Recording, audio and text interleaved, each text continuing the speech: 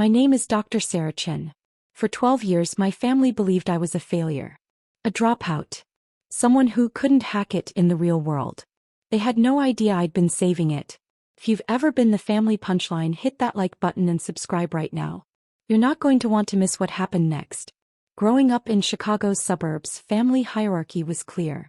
Jennifer was the star. Straight A's without trying, varsity volleyball captain, homecoming queen.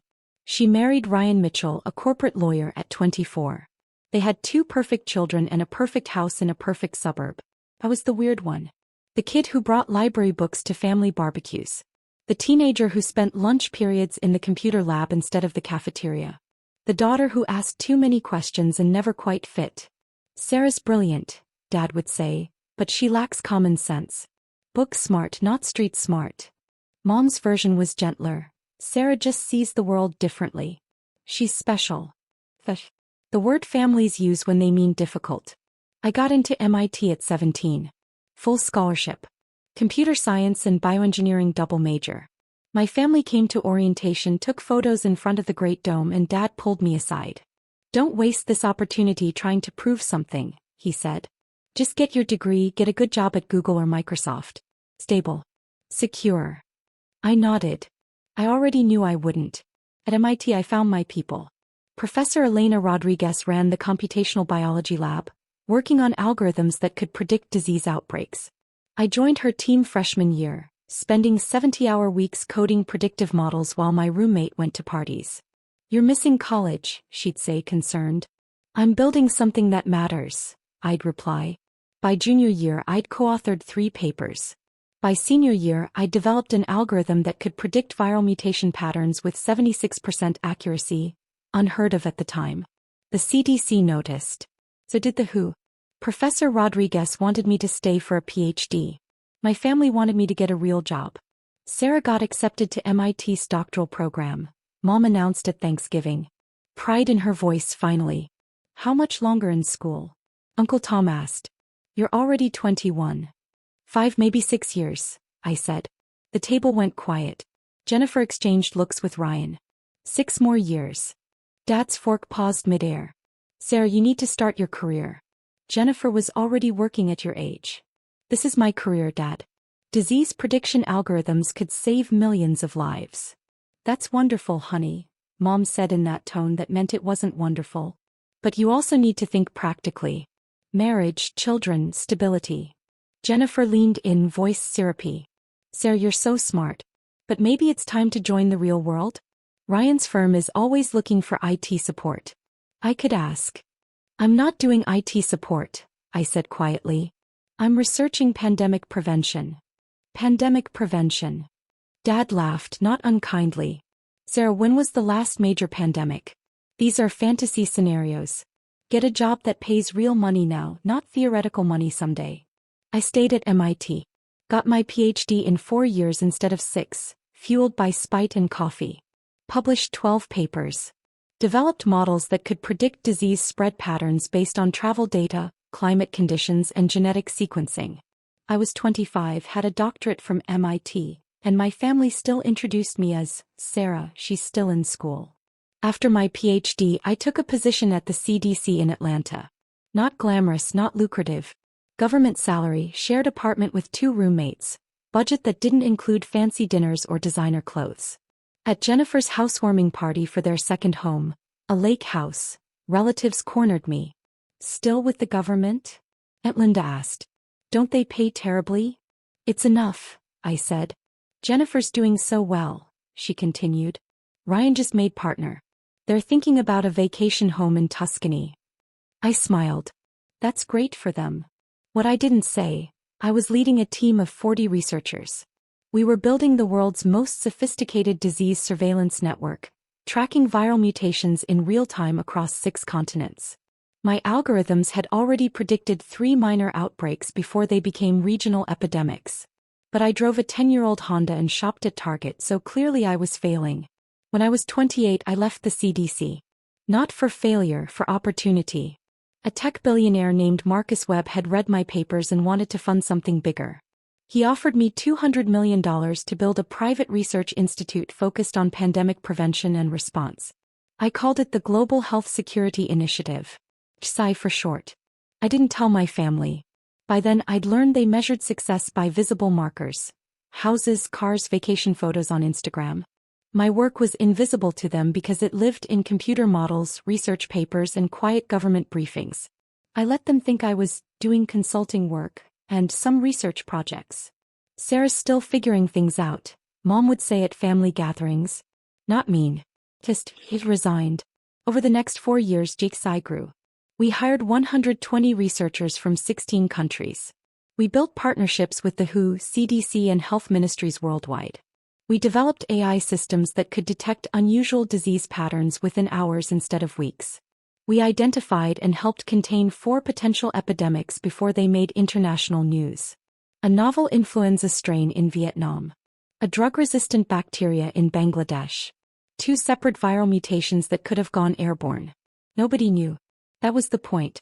The best pandemic response is the one that happens before anyone realizes there was a threat.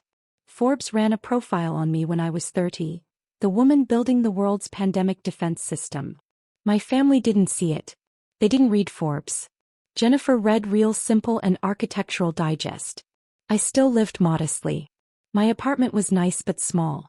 I worked 80-hour weeks. I hadn't dated seriously in years.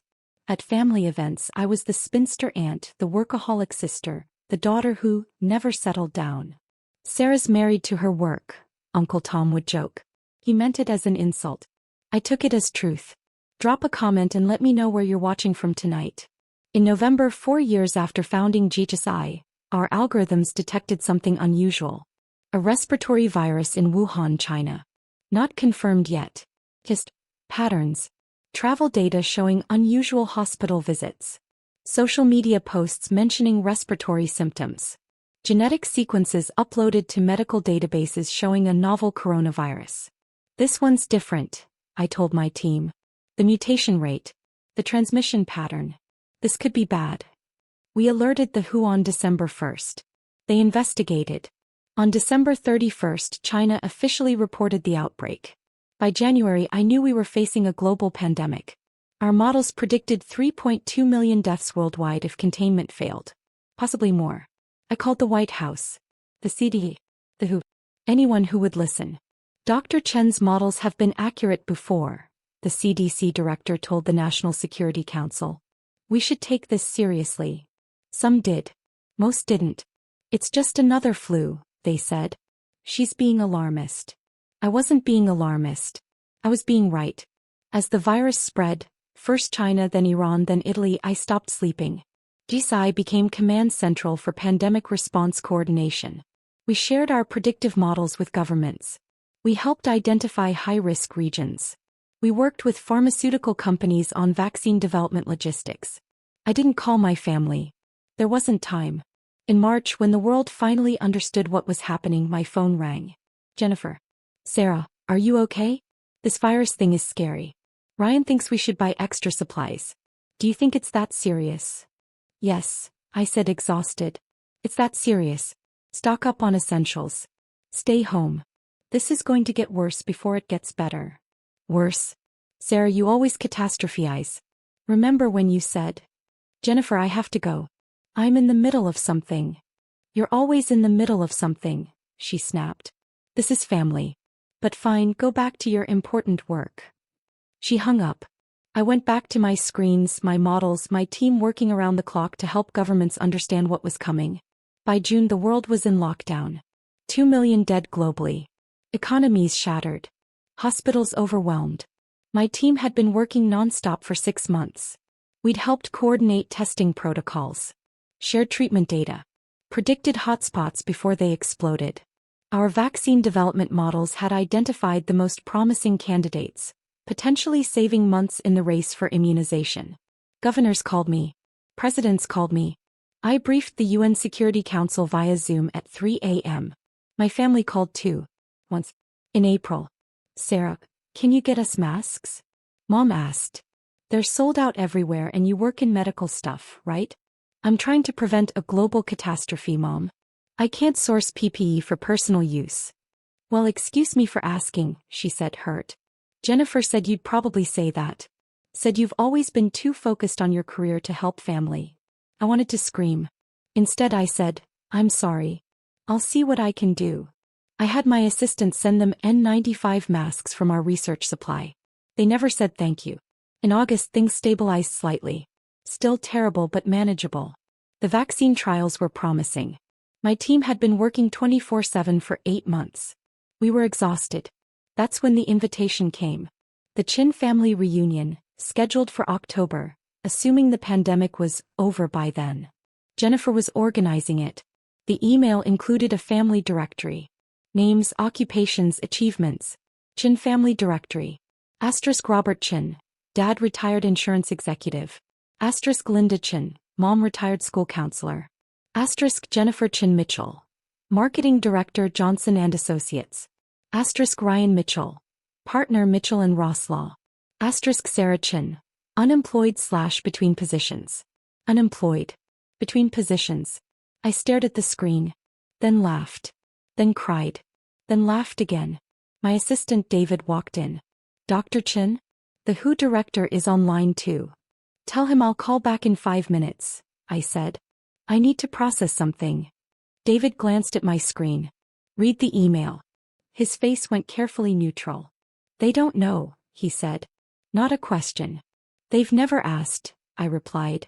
The reunion was Jennifer's baby. She'd rented a country club, hired a catering company, created a Facebook event page. 200 relatives from across the country, all coming together for the first big family gathering since the pandemic started. It'll be safe by October, she declared on the planning committee Zoom. And we all need this. We need to celebrate family, resilience, survival. She put me on the setup committee. Sarah, you're not working right now anyway. You'll have time to help. I'm actually very busy. Doing what? Jennifer's smile was sharp. Sarah, it's okay to admit you're struggling. The pandemic has been hard on everyone. Especially people without stable careers. I muted my mic, counted to 10. I'll help where I can, I said finally. The planning meetings were torture. Jennifer discussing seating arrangements while I had government briefings about vaccine distribution. Aunt Linda debating centerpiece options while I reviewed mortality projections for the winter surge. At one meeting, Mom brought up the family directory again. Sarah, honey, I put you down as between jobs because I didn't know what else to write. Are you doing any consulting work? Even part-time work we can list.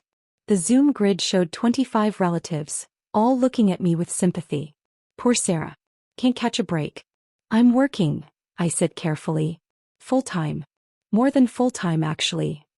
Oh, that's wonderful. Where? An organization focused on global health. Like a hospital? Aunt Mary asked hopefully. Something like that. Are they hiring? Cousin Brad jumped in. I got laid off in March. Could use a connection. Look into it, I said. Jennifer unmuted. Well, whatever it is, I'm sure it's keeping you busy. But Sarah, try to take care of yourself too. You look exhausted. I looked at my reflection in the Zoom window. Dark circles under my eyes. Hair pulled back in a messy bun.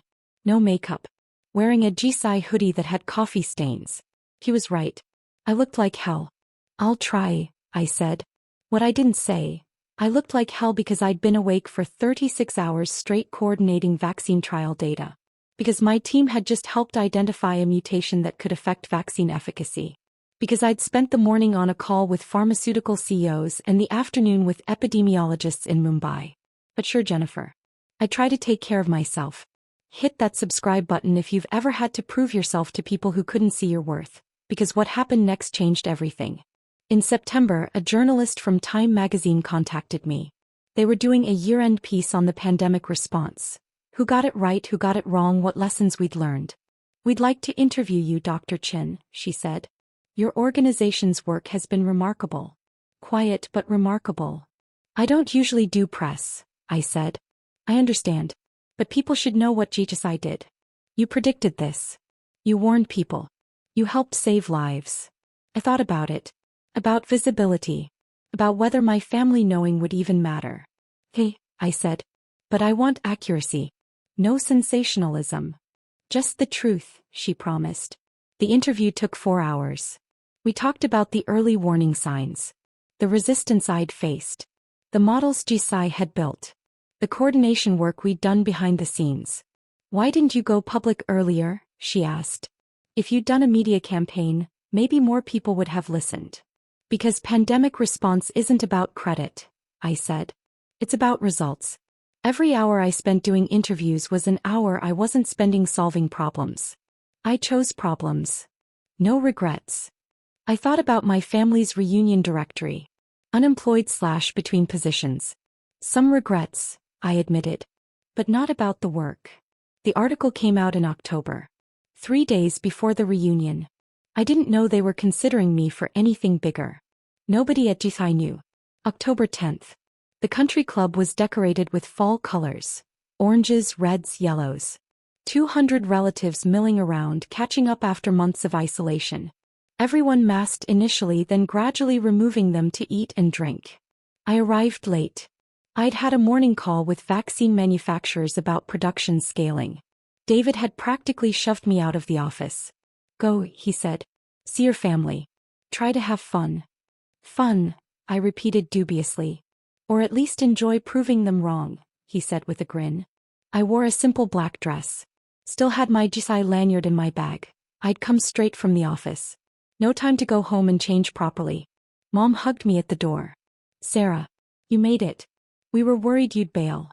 Wouldn't miss it, I lied. Jennifer was holding court at the main table, telling stories about her marketing campaigns. Ryan stood nearby, drink in hand, nodding along. Their kids ran around with other children, all adorably dressed. I headed for the buffet. Found Aunt Mary there loading her plate. Sarah, how are you, sweetie? Good. Busy. Still looking for work? Her voice was kind. Pitying. Actually, I'm employed. Have been for years. Oh, that's wonderful. What do you do? Research. Disease prevention. Like a lab technician? Something like that. She patted my arm. Well, that's good. Stable work is important. I moved to the drinks table. Poured sparkling water. Watched my family celebrate their successes, their stability, their visible achievements. Nobody asked about my work. Not specifically. They asked if I was doing okay, and if I needed anything, and if I'd thought about getting my real estate license like cousin Diane. I smiled. Said I was fine. Helped set up the dessert table when Jennifer needed assistance. Thanks, Sarah, she said absently. At least you're good for manual labor. I bit my tongue. Arranged cookies on a platter. That's when Aunt Mary screamed from the living room. Oh my God. Turn on the TV right now. Everyone rushed toward the sound. I stayed by the dessert table, heart suddenly pounding. I knew. Somehow I knew. Time magazine's Person of the Year announcement is happening. The TV was already on, news channel showing the Time magazine editor standing at a podium. The country club sound system amplified her voice across the venue. This year's Person of the Year goes to someone who saved millions of lives. Someone who saw what was coming and tried to warn us. Someone who worked behind the scenes without fanfare, without recognition, coordinating the global response to the greatest health crisis of our generation. My family crowded around the screens. I stood at the back, frozen. The 2020 Time magazine Person of the Year is Dr. Sarah Chin, director and founder of the Global Health Security Initiative. My photograph filled the screen. Professional headshot taken for the article. Behind it, images of GHSI's Operations Center. Screens showing disease models. My team working around the clock. The silence in the country club was absolute. Then Aunt Mary screamed again. That's our Sarah. Oh my God, that's Sarah. Everyone turned to look at me. 200 faces, all showing variations of the same expression. Shock. Jennifer's face had gone white. Mom's mouth hung open. Dad stood frozen, wine glass halfway to his lips. The TV continued. The editor was reading excerpts from the article. Dr. Chin predicted the pandemic in December, weeks before official announcements. Her organization's models accurately forecasted transmission patterns, mortality rates, and hotspot locations. She coordinated with governments worldwide, providing data and guidance that helped save an estimated 3.7 million lives in the first 6 months alone. When everyone else was caught off guard, the voice continued, Dr. Chin had been preparing for this moment for 12 years. She built the infrastructure, developed the algorithms, and created the response protocols that became the backbone of the global pandemic response. Images flashed on screen. Me briefing government officials. My team's operations center. Graphs showing lives saved through early intervention. At 32 years old, Dr. Sarah Chin represents the best of scientific dedication and humanitarian service. She is Time magazine's 2020 Person of the Year. The TV cut to commercial. Everyone kept staring at me. I set down my sparkling water carefully. My hands were shaking. Jennifer found her voice first. You're Person of the Year. Apparently, I said quietly. But the directory said you were unemployed. I know what the directory said. Dad pushed through the crowd. His face was red, whether from embarrassment or emotion I couldn't tell. Sarah, you run Desai? That Desai? The organization that's been on the news. Stat. That Desai. For how long? 8 years. 4 years at CDC before that. 12 years total working on pandemic prevention. Mom's hand went to her mouth. But you never said. You never asked. My voice was calm. Steady. You assumed I was failing because I didn't have the markers of success you recognized. House, car, husband, expensive vacations. I had none of those things because I was building something else. Jennifer's face cycled through emotions. Shock, embarrassment, something that might have been anger. Why didn't you tell us? Tell you what? That I was working on pandemic prevention while you called it theoretical scenarios? That I was leading a $200 million research institute while you suggested I do IT support? That I was briefing presidents while you listed me as unemployed in the family directory. The crowd around us had grown silent. 200 relatives listening to every word. I didn't tell you, I continued, because I wanted to see if you'd value me without the accolades. I wanted to know if you'd love me even when you thought I was failing by your metrics. I wanted to see who you really were. My voice cracked slightly. I steadied it. You showed me. Every family gathering where you pitted me. Every conversation where you offered to help me find work. Every time you compared me to Jennifer and found me lacking. You showed me exactly what I was worth to you. Aunt Linda stepped forward. Sarah, honey, we didn't know. That's my point. I looked at her, at all of them. You didn't know because you didn't ask. You made assumptions. You saw what you expected to see, the weird daughter who couldn't quite succeed in the real world. Jennifer's voice was small now. We were worried about you. No, you were embarrassed by me. There's a difference. I pulled out my phone. It was exploding with notifications. Congratulations from colleagues, government officials, news outlets requesting interviews. The WHO director. The CDC. 3 different presidents. I need to go, I said. I have calls to make. Press briefings. Apparently being Person of the Year comes with obligations. Sarah, wait. Dad grabbed my arm. His grip was gentle but desperate. I'm sorry. We're sorry. We didn't understand. I looked at his hand on my arm. At his face, stricken, aging, full of regret. Dad, I spent 12 years trying to save the world from the exact pandemic that just killed 2 million people. And you thought I was unemployed. That's not a misunderstanding. That's a fundamental failure to see me. I pulled my arm back gently. I'm not angry. I'm just done. Done trying to prove I'm worthy of your attention. Done explaining my value to people who couldn't see it. Done being the family disappointment when I'm actually the family success story. You're not a disappointment, Mom said, tears streaming. You're amazing. You're a stranger, I finished. I'm a stranger to you. You know Jennifer's marketing campaigns but not my pandemic models. You know Ryan's law cases but not my research papers. You know the menu at Jennifer's favorite restaurant but not the name of the organization I founded. The truth hung in the air, heavy and undeniable. Uncle Tom, who joked about me being married to my work, stepped forward. Sarah, I'm sorry. We all are. We should have. You should have asked, I said simply. That's all. Just asked about my work. About my life. About what I was doing with my days. But you didn't because you'd already decided I was failing. My phone rang. I glanced at it. The White House. I really do have to go, I said. But thank you for the reunion. It was clarifying. I walked toward the exit. The crowd parted silently. 200 relatives watching Time magazine's Person of the Year leave their celebration. At the door I turned back. Jennifer stood at the front of the crowd, mascara running, face a mess of emotions. For what it's worth, I said, your marketing work is good, Jennifer. You're talented at what you do. But you taught me something important. That being the golden child was about fitting into expectations, not about actual achievement. I never fit your expectations, so you never saw my achievements. I see them now, she whispered. Now that Time magazine told you to, I replied. That's the problem. I left. The October air was cool, refreshing after the stuffy country club. My phone was still ringing. I answered. Dr. Chin? This is calling from the White House. The president would like to speak with you about your work. I walked to my car, the 10-year-old Honda that had embarrassed my family, and drove away from the reunion toward the work that actually mattered. The media storm was immediate and overwhelming. By the next morning, my face was on every news channel, every website, every social media platform. Time magazine's Person of the Year. The woman who predicted the pandemic. The scientist who saved 3.7 million lives. My family tried to call. Dozens of messages, voicemails, texts. From Mom.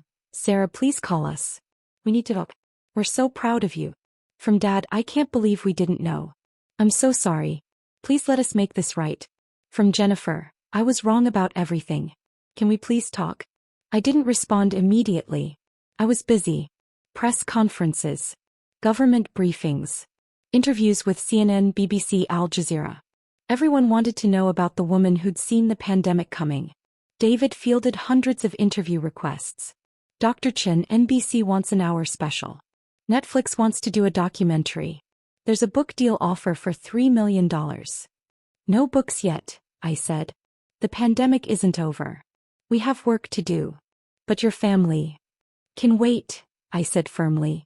They've waited 12 years to see me. They can wait another few weeks while I do my actual job. 3 weeks later, when things calmed slightly, I finally called Dad. Sarah. His voice cracked. Thank you for calling. We've been so worried. I've been busy, Dad. Saving lives. You know, my theoretical scenarios. Silence. Then, I deserved that. You did. Can we see you? Can we talk? Please. I considered it. Thought about the family reunion, the directory listing me as unemployed, 12 years of dismissal and pity. Dad, what's my organization called? Say. The Global Health Security Initiative. What's my official title? Director and founder. How many lives did Time magazine say we saved? 3.7 million. His voice was quiet. Sarah, I know. No, Dad. You don't know. You know now because Time magazine told you. But you didn't know when it mattered. When I was building it, when I needed support, when I could have used family believing in me instead of pitying me. What can we do? He asked. How do we fix this? I don't know if you can, I said honestly. You didn't just miss my achievements. You missed me. For 12 years, you had a daughter working to prevent the exact catastrophe that killed millions of people, and you thought she was unemployed. That's not a small oversight, Dad. That's a fundamental failure to see who I am. I want to try, he said. Your mother, Jennifer, all of us. We want to know you. Really know you. Why now? I asked. Because I'm Person of the Year? Because suddenly I'm impressive enough to deserve your attention? Because we were wrong, he said simply. And we want to do better. I thought about it. About whether people could change. About whether family bonds could be rebuilt after being so thoroughly broken. Here's what I need, I said finally. I need you to understand that my value doesn't come from Time magazine's recognition. It comes from the work itself. The lives saved. The models built. The research published. All of it was meaningful before the magazine cover and will be meaningful after. I understand. I need you to understand that I'm not coming back to be the family redemption story. I'm not the prodigal daughter returning to prove she's finally worthy. I was always worthy. You just couldn't see it. I understand, he said again, voice thick with emotion. And I need time. Years of dismissal don't heal overnight because of one magazine cover. Whatever you need, Dad said. Whatever time you need. We'll be here. Will you? I asked. If I don't win any more awards? If the media moves on? If I go back to being invisible in my lab, working on the next pandemic you can't see yet? Will you still be here? Yes, he said. I promise. Promises don't mean much, Dad. Paper beats promises every single time. Show me through actions, not words. I will, he said. We all will. We talked for another hour. I told him about GHSI, about the work, about what the next 5 years looked like. He listened, really listened, asking questions, taking notes, trying to understand. It was a start. Just a start. The vaccine rollout happened faster than anyone expected. By fall 2021, global vaccination rates hit 60%. The pandemic shifted from crisis to management. Life started resembling normal again. GSI continued growing. We expanded to 400 researchers across 30 countries. Our models now tracked not just pandemics but also antibiotic resistance, bioterrorism threats, and climate-related disease patterns. Our budget hit $800 million annually, mostly from government contracts and private philanthropy. I won more awards. The Nobel Prize in Medicine. The Presidential Medal of Freedom. UN Champion of Global Health. My office wall filled with plaques and certificates I barely looked at. My family tried. Really tried. Dad flew to Atlanta once a month to have dinner with me. He'd ask about my work, listen to explanations of algorithms and mutation patterns, try to understand. Sometimes he got it. Sometimes he didn't. But he tried. Mom joined my organization's board as a community liaison. She didn't understand the science, but she understood people. She helped us communicate complex health information to non-scientists. Found her own role in the work. Jennifer and I rebuilt our relationship slowly. Coffee once a month, then twice. Tentative conversations about her marketing work and my research. Learning to see each other as adults, not as golden child and scapegoat. I was jealous, she admitted once. Even when I thought you were failing, I was jealous. You were doing something that mattered. My work is good, but it's not saving lives good. Your work matters, I said. Different work matters in different ways. But you're Person of the Year. And you're a mother raising good humans, I replied. The world needs both. She smiled. It was real this time. The extended family took longer. Some never really got it. They congratulated me on the awards but still didn't understand the work. That was okay. I stopped needing their understanding. Aunt Mary surprisingly became one of my biggest supporters. She volunteered at GHSI's community outreach programs, helping distribute health information during subsequent COVID surges. I'm making up for calling you a lab technician, she said with a rueful smile. The reunion the following year was different. No directory listing occupations. No comparing achievements. Just family being family with all the mess and complication that entailed. When someone asked what I did, I said simply, I work in disease prevention. She's too modest, Dad jumped in. She runs the world's leading pandemic prevention organization. She's the reason millions of people survived COVID. I put my hand on his arm. Dad, it's okay. You don't have to prove anything. I'm not proving, he said. I'm just proud. Really proud. Those words, which I'd wanted so badly for 12 years, felt different now. Good but not essential. I'd learned to be proud of myself without needing external validation. Thanks, Dad, I said. And meant it. If you've ever had to cut off toxic family or rebuild relationships after years of hurt, tell me your story in the comments. What would you have done? Does any of this feel familiar? I still work 80-hour weeks. Still live modestly. Upgraded to a nicer apartment but still drive the Honda. Still put the work first because that's who I am. Time magazine's cover hangs in my office, not because I need the validation, but because it reminds me that invisible work eventually becomes visible to those who matter. My team jokes that I'm the most famous person nobody recognizes.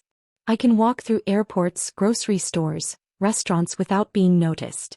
Perfect for someone who hates attention. But the work speaks for itself. GSI's models have now predicted and helped contain 12 potential outbreaks.